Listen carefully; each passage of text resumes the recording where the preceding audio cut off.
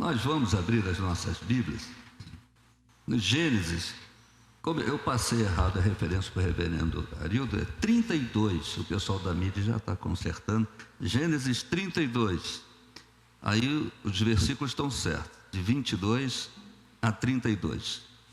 Eu vou ler, e depois eu quero dar uma palavrinha antes e vamos meditar nesse texto. Gênesis 32, de 22 a 32. Naquela mesma noite, Jacó se levantou, tomou suas 2 mulheres, suas 2 servas e seus 11 filhos e transpôs o val do Jaboque. Reuniu todos e fez com que passassem o ribeiro. Também fez passar tudo que lhe pertencia. Jacó ficou sozinho e um homem lutava com ele até o romper do dia. Vendo este que não podia com Jacó, tocou-lhe na articulação da coxa, de modo que a junta da coxa de Jacó se deslocou na luta com o homem.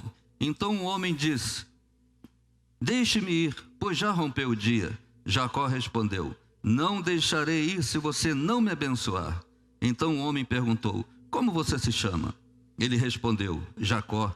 Então disse: seu nome não será mais Jacó, e sim Israel, pois você lutou com Deus e com os homens e prevaleceu. Jacó disse: por favor, diga-me, como você se chama? Ele respondeu: por que você pergunta pelo meu nome? E o abençoou ali. Jacó deu àquele lugar o nome de Peniel, pois disse: vi Deus face a face, e a minha vida foi salva. Nasceu-lhe o sol quando ele atravessava Peniel, e mancava por causa da coxa. Por isso, os filhos de Israel não comem até hoje o nervo do quadril na articulação da coxa, porque o homem tocou a articulação da coxa de Jacó no nervo do quadril. Continuando, quando Jacó ergueu os olhos, viu que Esaú se aproximava, e com ele 400 homens. Então repartiu os filhos entre Lia, Raquel e as 2 servas. Pôs as servas e seus filhos à frente, Lia e seus filhos atrás deles, e Raquel e José por último. E ele mesmo, adiantando-se, prostrou-se em terra 7 vezes até aproximar-se de seu irmão. Então Esaú correu ao encontro dele e o abraçou, pôs os braços em volta do pescoço dele e o beijou, e choraram. Até aqui, versículo 4 do capítulo 33. Então nós lemos Gênesis 32, de 22 a 32, entrando pelo 33, de 1 a 4.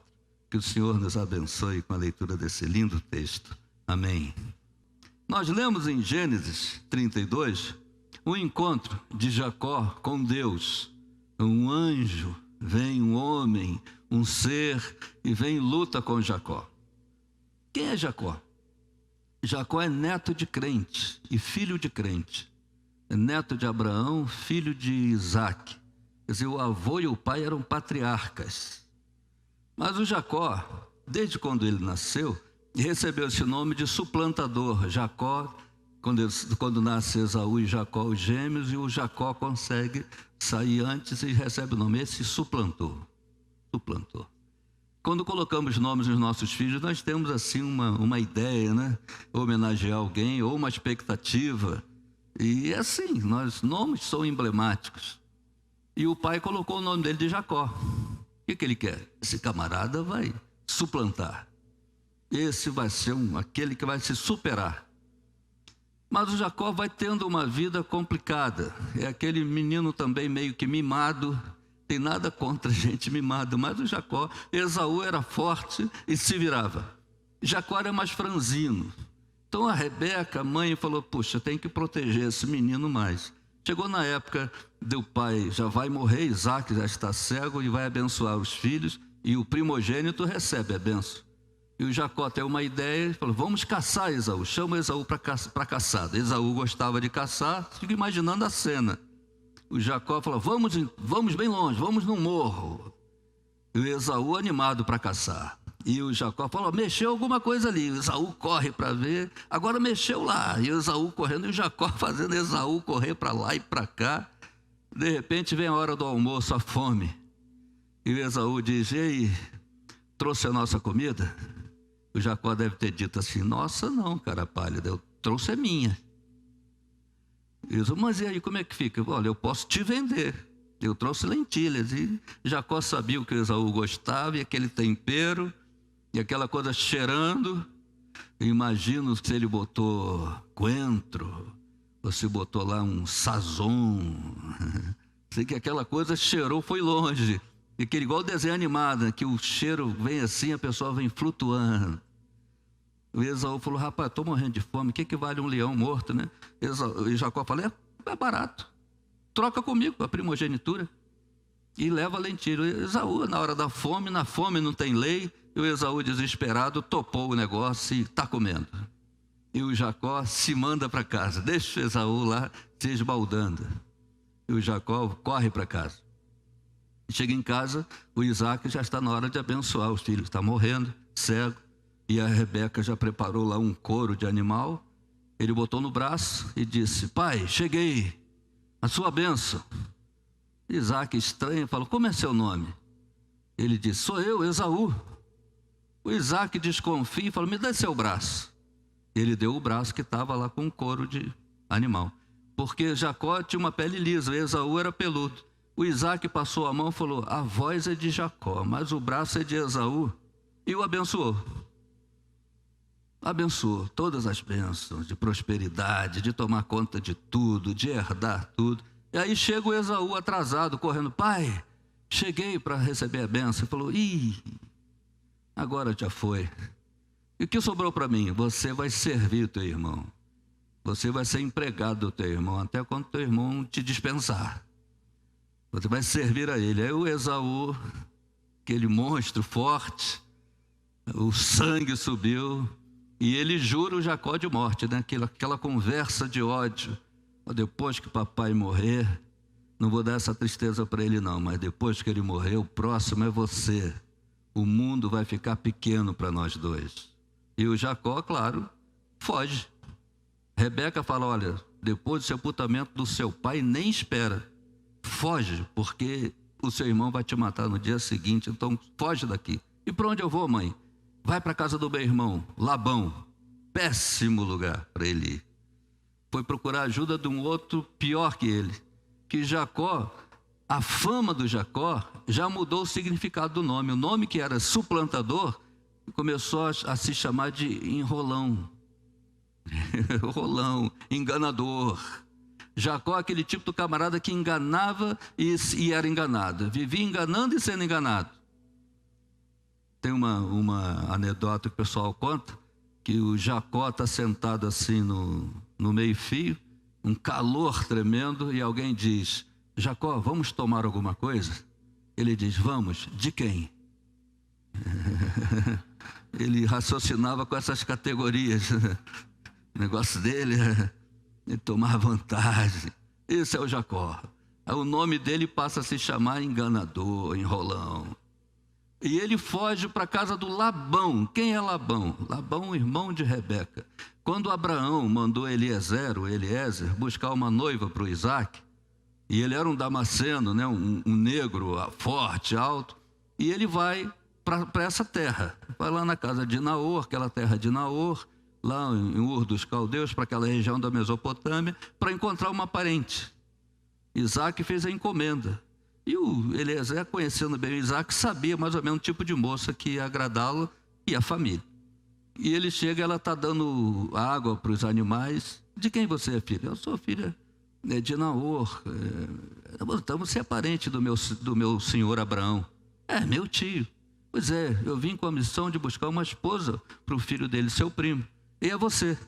Ela disse, não, tem que falar com meu pai. Então vamos lá, na casa do Naor. E ele vai.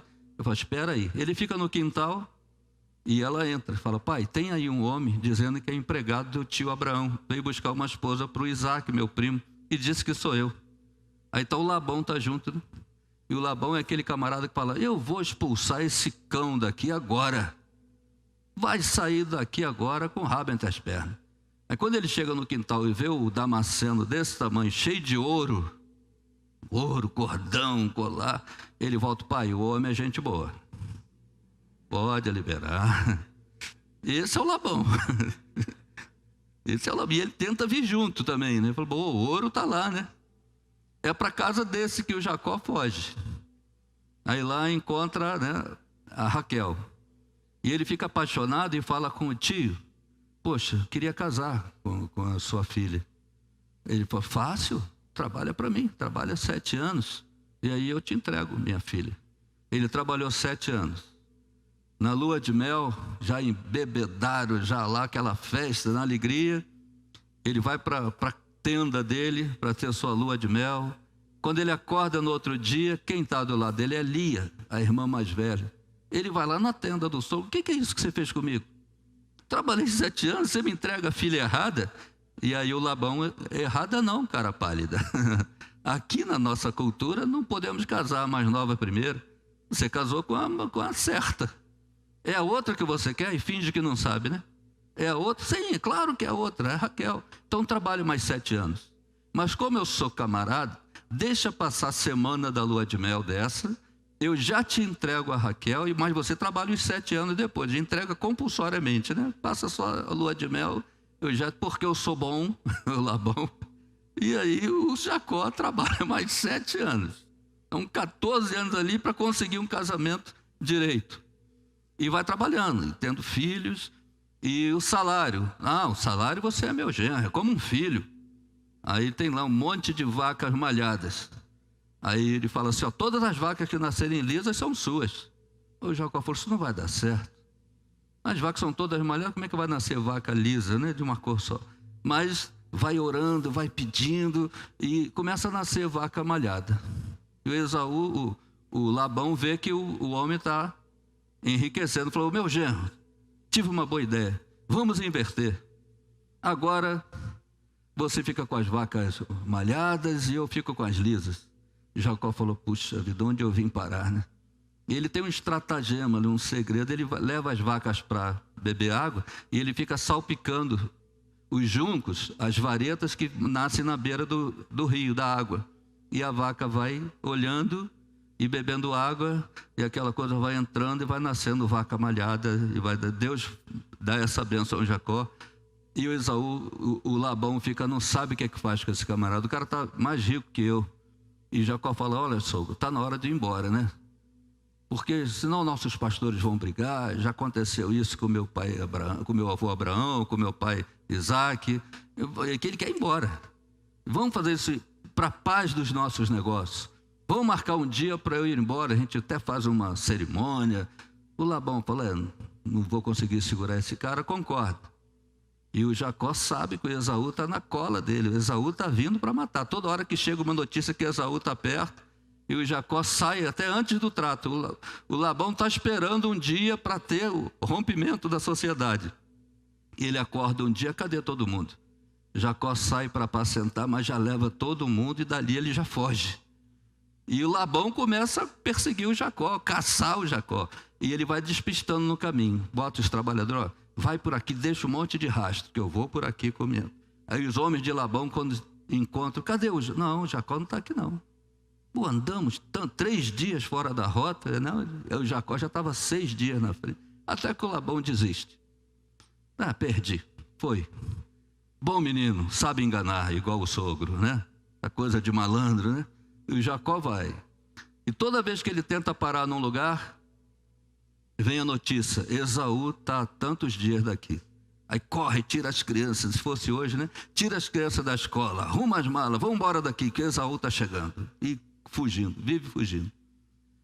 E por onde ele passa, a fama dele já chegou Jacó, enrolão. Até que um dia ele fica cansado dessa vida. Ele fica querendo voltar a ser gente. Ele viu que fez opções erradas. A vida dele foi de tropeções em tropeções. Estava mais enrolado. E ele quer mudar de vida. Ele quer ter uma nova história. Ele está tão desesperado que ele chega num lugar, numa cidade. A cidade se chamava Luz. E ele bota uma pedra como travesseiro. O camarada deita numa pedra como travesseiro. Não sente a diferença porque já está muito anestesiado, está muito inerte pela vida, né? E tem um sonho com as escadas. E aí ele vê anjos subindo e descendo. Ele não vê anjos descendo e subindo. Ele vê os anjos subindo e descendo. Ele falou: os anjos estão comigo então esse tempo todo? Porque no meu sonho eles estão todos aqueles sobem e descem. Como se estivesse levando as orações, intercedendo por ele. E ele bota o nome do lugar de Betel. Bet-El. Beit é casa, El é Deus, é casa de Deus. E ele falou, aqui é a casa de Deus, esse lugar vai se chamar Betel. E eu vi Deus face a face e não morri, Ele não me matou. Ontem o Salmo 84 diz assim, escuta, ó Deus, escudo nosso, ó Deus de Jacó, escuta a nossa oração. O salmista colocou Jacó, falou, se o Senhor ouvir a oração de Jacó, o Senhor pode ouvir a minha, que eu não sou melhor do que Jacó. Eu sou craque em fazer promessa e não cumprir. E às vezes eu tomo uma decisão que eu vou acertar, daqui a pouco estou errando de novo. Eu também tenho minhas ambiguidades igual o Jacó. Então o salmista foi no jeito certo. E nós também, de vez em quando, damos uma dessa de Jacó. E o Jacó muda o nome daquele lugar. De repente ele vai atravessar um rio, Jaboque, um riacho, um val do Jaboque. E ele já quer mudar de vida. Ele já está arrependido do passado. Ele sabe que não dá para viver assim. E quando Esaú o encontrar, é o fim. Ele diz assim, olha, minha morte está chegando, uma hora Esaú vai me encontrar. E aí acabou para mim. Mas eu quero pelo menos que meus filhos tenham uma lembrança boa de um pai que deu uma guinada na vida, que no final pelo menos acertou. E esse texto que nós lemos, misericordiosamente nos mostra como foi a guinada de Jacó. Veja como diz o texto aí, verso 22. Naquela mesma noite, Jacó se levantou, tomou suas 2 mulheres, suas 2 servas, seus 11 filhos e transpôs o val do Jaboque. Reuniu todos e fez com que passasse um ribeiro. Também fez passar tudo que lhe pertencia, ficando ele só. Verso 24, Jacó ficou sozinho. Primeiro passo para você ter uma mudança de vida, para a sua história mudar, para você dar essa guinada que precisa, você que está aqui, você que está em casa, você que vai assistir em outro momento essa transmissão, o primeiro passo para dar a guinada é desenvolver momentos devocionais, vida a sós com Deus, ficando Ele só. Ele diz, é mais do que você falar, Senhor, perdoe a multidão dos meus pecados. Aí Deus fala, de qual que você está falando? O que você sabe que é pecado? Aquela oração que Jesus diz, entra no teu quarto, fecha a porta, fala com teu pai que vem em secreto, e o teu pai que vem em secreto te abençoará. Momentos devocionais, a sós com Deus, desenvolver. Qual é a melhor hora para você? É de manhã, quando todo mundo sai para trabalhar, ou antes de saírem? É à noite, quando vão dormir? É na hora do almoço, no trabalho, num lugar sozinho? Não importa, nem quanto tempo você tem, mas tenha. O primeiro passo para dar uma guinada na vida é desenvolver a sós com Deus, desenvolver um momento devocional, é implantar isso, 10 minutos, 5 minutos, o que você puder, mas que seja aquele minuto só para Deus. Então desenvolva momentos devocionais, a sós com Deus, esse é o primeiro passo. O segundo passo é orar com propósito mesmo, sabendo o que você quer. Diz o texto que Jacó ficou sozinho, e um homem lutava com ele até o romper do dia. E vendo este que não podia com Jacó, tocou-lhe na articulação da coxa, de modo que a junta da coxa de Jacó se deslocou na luta com o homem. Então o homem lhe disse, deixa-me ir, pois já rompeu o dia. Jacó respondeu, não te deixarei ir, se não me abençoar. É lutar sabendo o que você está pedindo, é não desistir daquilo. Coloque diante de Deus, ore com propósito, ore com consciência, diga, Senhor, eu coloco isso na tua presença, eu preciso dessa mudança, eu preciso receber essa bênção, eu preciso que o teu plano se cumpra na minha vida, eu só tenho o Senhor, é com o Senhor que eu tenho que resolver isso, é orar com propósito. Eu não quero depender de favores, nem da minha esperteza, nem das minhas razões, eu quero depender do Senhor. Meu propósito é a tua vontade na minha vida. Jacó agora não quer mais depender da sua sabedoria, esperteza de dar golpes, ou da sua vantagem, nem de pistolões. Quero depender do Senhor, orar com propósito aos pés do Senhor, se agarrar com o Senhor e não com nenhuma outra. Uns confiam em carros, outros em cavalos, diz o Salmo, né? Nós todavia confiamos no Senhor. Então desenvolver momentos a sós com Deus e ter uma oração com propósito, aquele culto racional, sabendo o que eu estou fazendo, na presença de quem estou e dependendo somente dele. É É isso aí que dá a guinada, quando você se agarra com Deus. Em terceiro lugar, não mentir. Olha que no meio da briga, o anjo diz lá, né? Jacó, deixa-me ir, pois já rompeu o dia. Jacó te diz, não te deixarei ir se você não me abençoar. Aí então o anjo perguntou, né? O homem perguntou, como você se chama? Ele respondeu, Jacó. Eu nunca vi isso. Tem umas coisas estranhas na Bíblia, esquisitas, né? No meio de uma briga, me solta que já está amanhecendo, eu preciso ir, me solta. E o Jacó, não vou te soltar. Imagine o anjo dizer para ele, você lutou com Deus e com os homens e prevaleceu.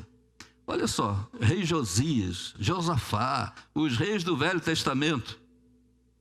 Você vê que eles estão com medo, aí vem 10.000 soldados inimigos. Numa outra feita, 100.000 soldados inimigos. E o rei de Israel fala, Senhor, não há força em nós para vencermos esses inimigos. Socorre-nos. Aí diz o texto que Deus envia um anjo. Um anjo. E naquela noite matou 10.000.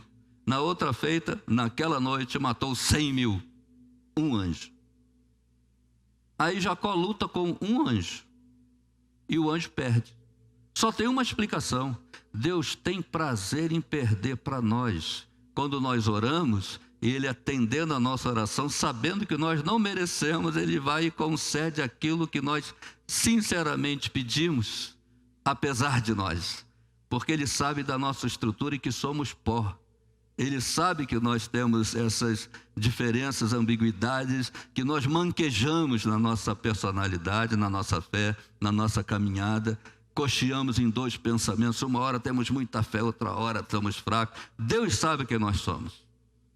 E aí só tem essa explicação para um anjo perder para um homem que nem merecia ganhar, Jacó, porque Deus ama de lá para cá. É amor incondicional, é um Deus que nos conhece e apesar disso nos ama. E aí o outro passo qual é? Como te chamo? Não mentir. Eu nunca vi isso. No meio de uma briga, a pessoa, peraí, como é teu nome mesmo? Já pensou? Lá na escola primária, às vezes eu ficava vendo. Aliás, quando eu sempre fui assim, o menor da turma, ou às vezes o segundo. Então eu tinha que fazer amizade com os caras mais fortes, porque se tivesse briga, eu tinha um amigo forte, né? Esse tipo de coisa. E já viu aquelas brigas marcadas? Você está jogando bola na hora do recreio. Aí você acertou a canela do cara mais forte da turma. E ele fala, vou te pegar na saída. Meu Deus do céu. Você não consegue assistir a aula depois do recreio.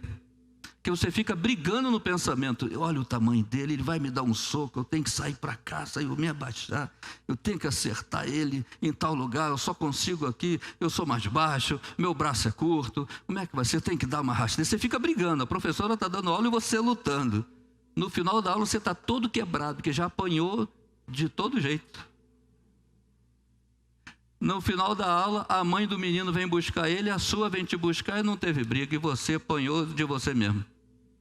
Essa briga marcada, sabe essa coisa assim? Brigar. Mas eu vi às vezes a briga no final, lá na rua, o pessoal embolando, os meninos brigando, se engalfinhando, mas nunca vi ninguém parar e dizer assim, vem cá, como é teu nome mesmo? Estou brigando, só para eu saber com quem que eu estou brigando. Isso não existe, né? Tem umas coisas na Bíblia estranhas. Esse texto que o reverendo Arildo leu, da oferta, Pedro e Jesus vêm andando. E aí os cobradores de impostos seguram o Pedro. Eles tinham medo de segurar Jesus, segura o Pedro. Teu mestre não paga o imposto das 2 dracmas? Pedro, sanguíneo, ele fala depois, pensa, ele queria se livrar do problema e ele diz, paga, claro, e vem embora. Jesus está dentro de casa vendo a cena. Quando Pedro entra, Jesus fala, Pedro, o que foi que eles te perguntaram lá, os cobradores de impostos? Perguntaram se o senhor não paga as 2 dracmas. E você respondeu o quê, Pedro? Eu é que paga. Então tá bom. De quem que eles cobram impostos? Normalmente qual é o certo? Dos de casa, dos que são nativos ou dos estrangeiros, dos estranhos? Pedro falou, pela lei, quem paga é o estranho, é o forasteiro que paga imposto. Pois é, Eles é que são os estranhos, os romanos são eles. Nós somos os nativos, eles que deviam pagar para nós, estão morando na nossa terra. Mas para que não os escandalizemos, se é uma lei, vão pagar o imposto. E o Pedro falou, mas como, Senhor? Pega o teu anzol, não, vai ao mar e lança o teu anzol. Quando Jesus fala assim, Pedro, vão pagar o imposto. Vai ao mar. Pedro falou, eita, voltar a pescar. Já pensou no barco, na rede, já não tem nem mais rede, mas já sei quem vai me emprestar. Aí eu pesco peixe, vou no mercado, vendo aquele arrastão todo de peixe e vou lá e pago. Jesus falou, vai ao mar. Pedro falou, bom, isso eu sei. Hoje é dia de pescar, tem que pescar muito peixe para pagar esse imposto. Aí Jesus falou, vai ao mar, lança o anzol. Pedro deve ter dito, meu Deus, é um por um. Até dar a quantidade de peixe, lança o teu anzol. O Pedro, meu Deus.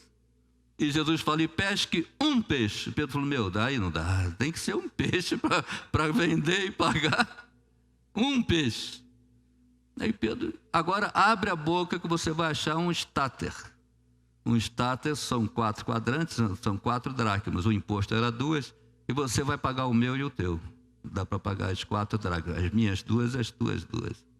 Pedro foi lá e achou o peixe. Alguém deixou cair uma moeda no lago, o peixinho viu, achou que era comida, abocanhou. E aquilo o entalou, ele ficou entalado. Aquele peixe é porque metal não digere, não vai nem para frente nem para trás, o peixe ia morrer. Aí Jesus foi lá e salva o peixe, salva o peixe e paga o nosso imposto. Agora pensa bem, quantos mil peixinhos, quantos milhares de peixinhos tem no Mar da Galileia? Milhares, e todo dia nasce peixinho. Jesus sabia que um estava entalado. Milhares de peixinhos. Você está aqui hoje. Jesus sabe que você está aqui. E sabe o que é que está entalando você. Ele veio tirar aquilo que está travando a sua vida. O teu valor, uma coisa de grande valor, mas está travando você. Vem tirar aquilo que trava você para que a tua vida flua, aconteça. E o Pedro vai e paga o imposto e a história termina bem, né? Outra coisa estranha que eu vejo na Bíblia, Marcos 7, Jesus entra lá em Tiro e Sidom e traz um menino que é surdo e mudo. Traz um mudo e suplica que Jesus impusesse as mãos sobre ele. E Jesus cura o mudo e diz, não conta nada para ninguém. O homem passou a vida querendo falar, e no dia que fala, quieto. Mas diz o texto, tanto mais ele recomendava, não adiantava, mais ele falava. Não dá para segurar um ex-mudo querendo falar, né? Agora ele vai falar para todo mundo, e todo mundo contou para todo mundo. Ele chega no poço de Betesda, João capítulo 5, tem um homem lá há 38 anos. Ele sabe que o homem está assim, diz o texto que Jesus, sabendo que ele está assim há 38 anos, chega em frente ao homem e pergunta, queres ser curado? Não, o homem ia dizer, não, eu estou aqui passeando. Há 38 anos, eu venho aqui, 38 anos. É claro que ele quer, né? E Jesus só quer que ele diga o que você quer ser curado? Mas o homem está tão pessimista que ele não consegue dizer sim. Ele diz o quê? Oh vida, oh azar, eu não tenho ninguém que me jogue na água. Quando eu escuto, estibum, alguém já pulou na frente. Já sofria da síndrome de estibum, né? 38 anos ouvindo que alguém foi na minha frente, perdi de novo. Jesus disse, não perguntei isso, perguntei se você quer ser curado. E eu quero que você fique curado, fica de pé. O homem se viu curado e levantou. Nada tinha acontecido ainda, mas ele, na palavra de Deus, ele se viu curado e levantou. É a maneira de você se enxergar. Jesus já muda primeiro isso. E aí você reage. Os espias foram lá ver, Moisés mandou 12 espias para ver a terra. Aí 10 voltam, ó, vamos dar linha na pipa. Não dá não, é ruim de entrar aí, vamos embora, só tem gigante lá. Nós somos gafanhotos. Só 2, né? Josué e Caleb, que disseram, ó, quanto mais alto, maior é o tombo, dá para encarar. Se Deus mandou, dá para ir. Moisés ouviu o consenso e acabaram andando 40 anos. Porque se acharam gafanhotos. Não eram gafanhotos, mas se viam como gafanhotos. Se viam menores do que são. Se viam com desqualificações. Jesus, a primeira coisa que ele muda é a maneira de você se ver. Foi o que aconteceu com Jacó. No meio da briga, não vou te largar. Aí o anjo fala para ele assim: como é teu nome? Pode não parecer, mas para Jacó, essa era a pedrinha na chuteira. Porque a última vez que perguntaram qual é o teu nome, ele disse Esaú. Quando o pai perguntou teu nome, ele disse Esaú. A bênção material consegue com enrolação, com mentira. Mas a mentira tem perna curta. É como se Deus dissesse: vai dizer para mim que você é Esaú? Ele disse: eu sou Jacó. Não mentir, saber quem você é e dizer: eu não vou te enganar a Deus. Eu sou Jacó. Fiz coisas erradas, fiz escolhas erradas, opções erradas. Algumas, as informações que eu tinha, parecia que aquela era a melhor escolha. Eu estava sincero no engano. Outras eu sabia que estava errado mesmo, não vou te enganar. Não sou vítima dessas, eu fui também autor de muita coisa. Eu sou Jacó, o enrolão, que tem esses problemas. Aí Deus disse assim: porque tu disseste a verdade, né? Então disse: seu nome não será mais Jacó, e sim Israel, pois você lutou com Deus e com os homens e prevaleceu. No dia que ele assumiu quem era, Deus disse: vou mudar teu nome e a tua história. Uma luta, um nome e uma nova história. Ganhou um novo nome. O nome Israel entra na Bíblia aqui. Aqui que entra o nome Israel na Bíblia. Que Deus mudou. Você não é mais Jacó, o enrolão. Você agora é Israel. Israel. Homem, Ra, propriedade, El, Deus. Homem, propriedade de Deus. Homem de Deus. Príncipe de Deus. Tu não serás mais Jacó. No dia que você assumiu quem você é, eu mudo o teu nome e a tua história. Você agora é de Deus. Foi uma vigília e tanto, né? Que Deus tocou na coxa dele e ele saiu dali mancando de manhã, para ele não achar que foi só um sonho. Quando ele ficou distendido aqui na coxa, ele falou: meu Deus, aconteceu mesmo, foi verdade. Foi uma vigília de oração. Ficar a sós com Deus, se agarrar com Deus e orar com propósito, não mentir. Em último lugar, assumir a responsabilidade. Quando Jacó ergueu os olhos, amanheceu o dia. Capítulo 33, verso 1. Jacó já saiu mancando da vigília. Tudo mudou, novo nome. Quando ele acorda, quem ele vê? Esaú. O medo que ele mais temia o encontrou. E não vem sozinho, vem com 400 homens. Esaú sozinho e estraçalhar Jacó. Imagine com 400 homens. Se cada um tirar um pedacinho, são 400 pedacinhos de Jacó. Jacó deve ter dito o quê? Quando ele sai da vigília, o dia amanhece, ele atravessa o rio, a primeira coisa que ele vê, para a glória de Deus, Esaú com 400 homens. Ele deve ter dito o quê? Quanto mais eu rezo, mais assombração me aparece, né? Meu Deus, agora que eu me converti, acontece isso. Minha vida mudou de perna para o ar, por que eu me virei crente? Meu Deus! Mas o Deus que começou a história não fracassa. Ele sabia que a história acontecia nos bastidores que Jacó nem tinha ideia. Quando Jacó vê o Esaú, ele coloca a família na frente. Deixou só Raquel e José por último. Coloca a família toda na frente. Ele deve ter pensado o seguinte: esse camarada vai ver esse monte de gente, de criança, vai ficar com pena de mim. Ou então, se ele vier matando todo mundo, até chegar em mim, chega cansado. Depois, aí diz o texto, ele mesmo... Ele mesmo, verso 3, adiantando-se, teve uma hora que ele disse: não, ninguém tem que pagar pelo erro que eu cometi. Se Esaú quer acertar com alguém, esse alguém sou eu. Ele mesmo se adiantando, não transferiu a culpa, não jogou a culpa em ninguém, não dividiu a responsabilidade com ninguém. Tem gente que diz assim: eu sou muito sincero, por isso que eu não tenho amigos, eu falo mesmo. Falou: você pode ser sincero e educado. Que a pessoa às vezes é sincera e mal educado. Até a verdade, para ser dita, tem que ser dita com elegância. E tem gente que diz: o meu temperamento é assim, meu avô era assim, meu pai era assim, eu também sou assim. Aí eu pergunto: você já nasceu de novo? Já? Que temperamento você herdou do novo nascimento, do seu novo pai? Qual o temperamento de Jesus? É Deus encarnado. É transferir a culpa. Eu ia fazer tudo certo, mas fulano me provocou, a culpa é dele. Eu fiz errado por culpa dele. Eu fiz de propósito para ele ver com quem que ele mexeu. Já jogou a culpa no outro. Ou então guardar ressentimento. A pessoa fica com tanta raiva do outro que ele não come, não bebe, não faz nada e esquece. Não tem mais sonhos e planos, não tem criatividade, porque a culpa foi do outro. Foi ele que me falou isso, nunca mais eu esqueci, acabou comigo. Ressentimento é a mesma coisa que tomar veneno esperando o outro morrer.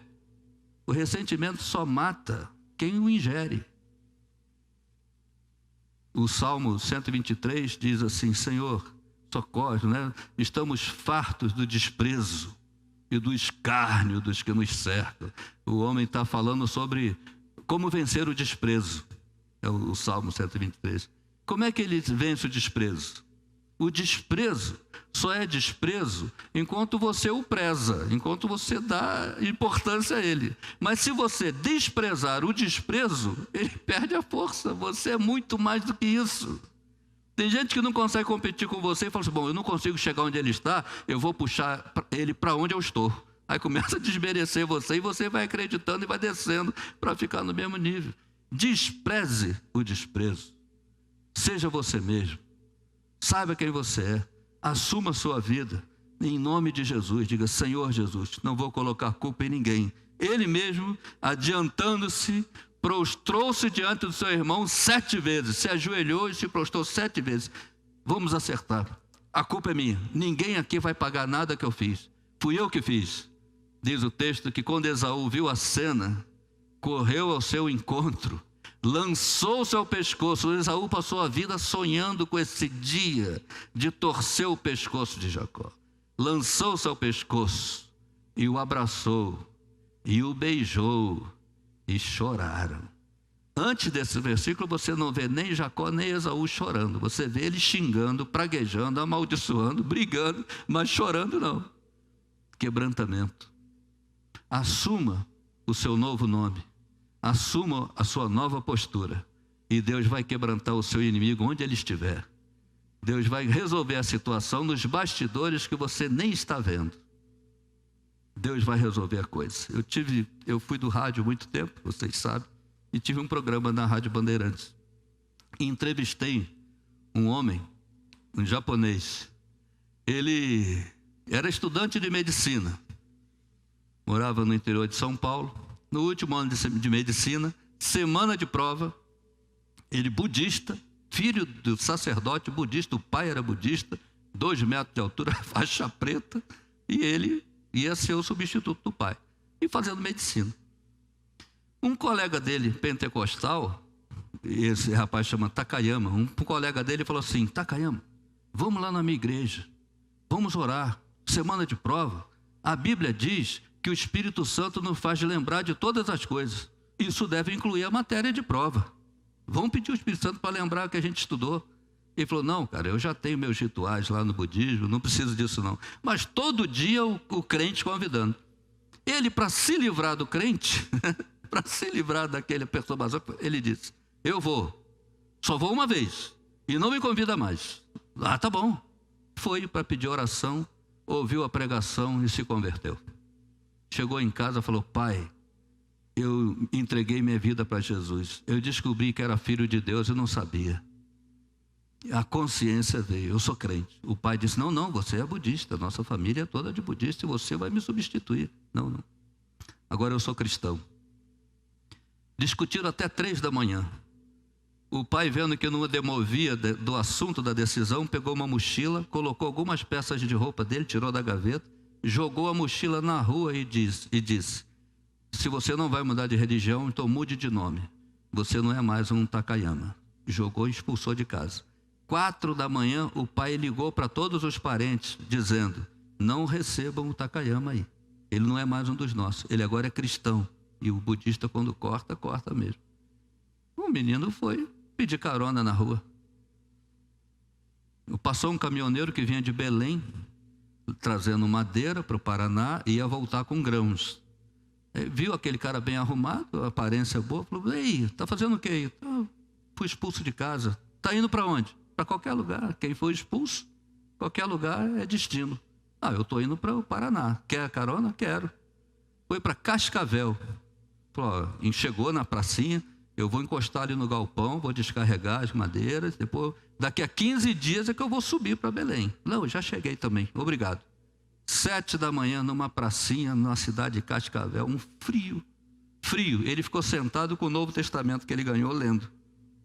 Eu ouvi aquela voz que só se ouve pela fé, né? Aquela voz que fala ao coração: levanta e prega, levanta e prega. E ele não sabia pregar, ele ficou olhando, subiu no banco e ficou lendo em voz alta.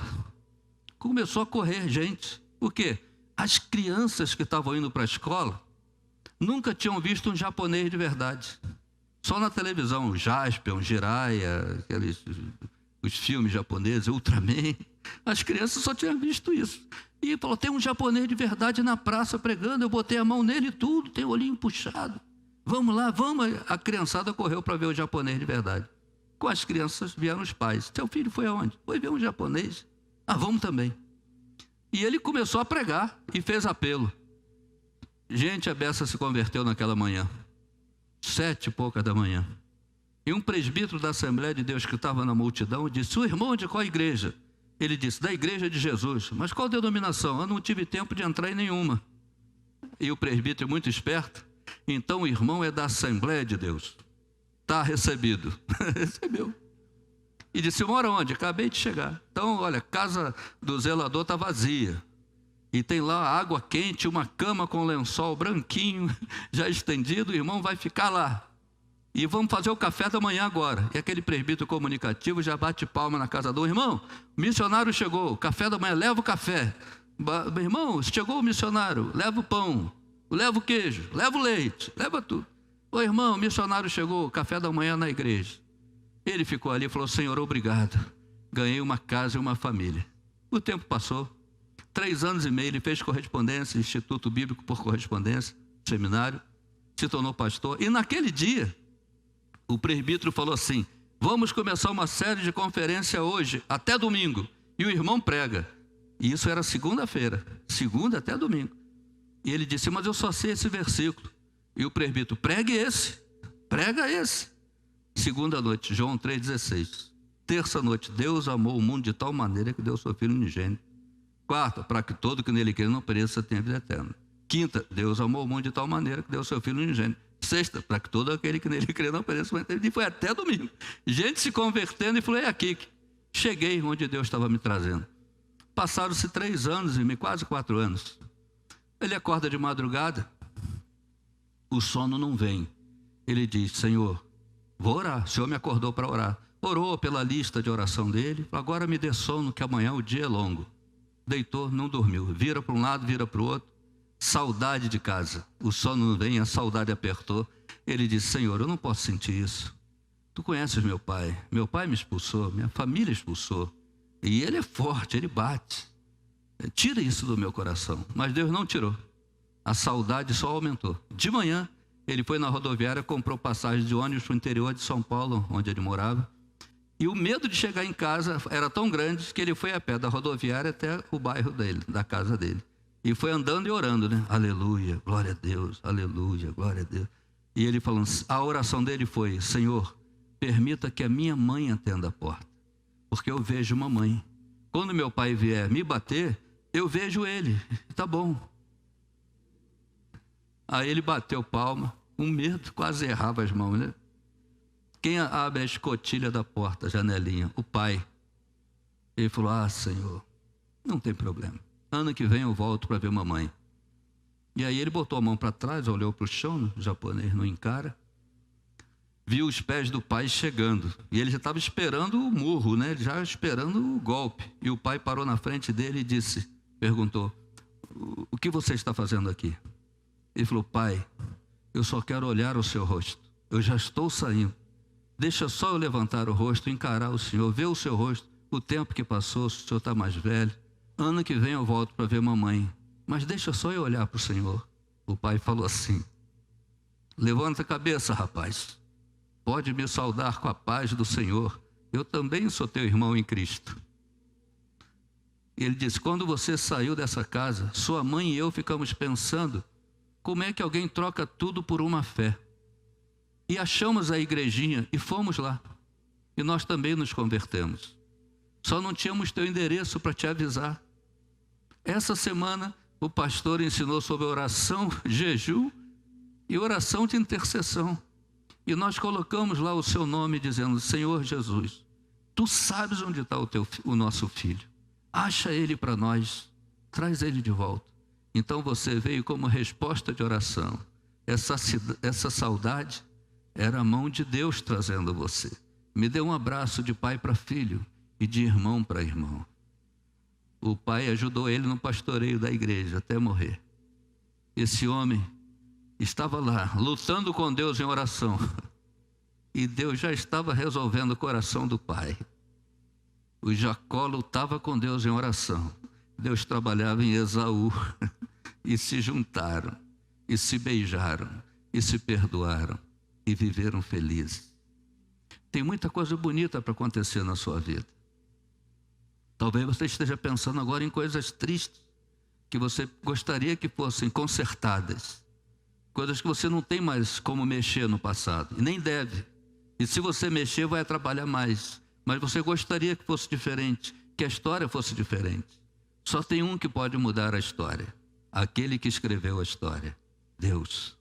Ele quer mudar a sua história. Uma luta, um novo nome e uma nova história. É o que Deus tem para você hoje. A luta é a oração. E esse espaço, a sós com Deus, ter um propósito. Isso é o que eu quero que mude na minha vida, na minha história. Não mentir, Senhor, eu errei, eu assumo, e não transferir a culpa. Senhor, se o Senhor tem que acertar com alguém, acerte comigo. Não vou transferir isso. Deus quer escrever uma nova história. E Ele vai escrever uma nova história.